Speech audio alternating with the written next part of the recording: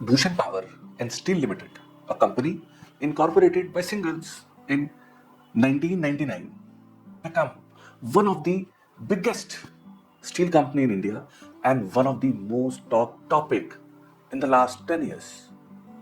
The company used to have a highest annual revenue of more than 11,000 crores, have an exposure of more than 48,000 crores from the banking system. A company which has been identified by the Reserve Bank of India in a dirty dozen companies fit to be taken into the insolvency law for restructuring, for revival, so that the company came out from stress. A company which has been taken into the NCLT in the initial phase of 2017 has seen so many up and down, starting from revival, the ultimate acquisition from the JSW, then an order from the Supreme Court for the liquidation, and ultimately the taken back of the liquidation order and confirming the resolution which has been approved in the past.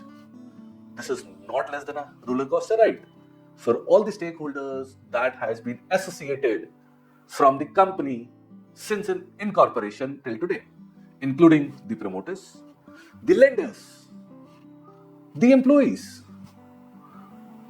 and more importantly, the market participants who have shown their interest to acquire the company, including JSW, the company in which so many excellent names of the country has shown interest, like Tata Steel, Liberty House, and many others. And in finality, the creditors, the committee of the creditors agreed on the resolution plan for an amount of 19,700 crores of JSW. The plan got initial approvals from the NCLT, and later on it got delayed in implementation due to the various factors, and one of such factor is attachment by the enforcement directorate. The attachment of enforcement director is primarily on the ground of that all such assets has been created through the proceeds of crime, and such attachment was done under the PMLA law. After a long battle, the Honorable Supreme Court has released the attachment of the enforcement directorate and restitute all these assets back to the company. But due to this ongoing dispute, the plan actually didn't get implemented for a long period of time, and it was ordered to be in liquidation. And Honorable Supreme Court 4 months back has reversed the order of the National Company Law Tribunal.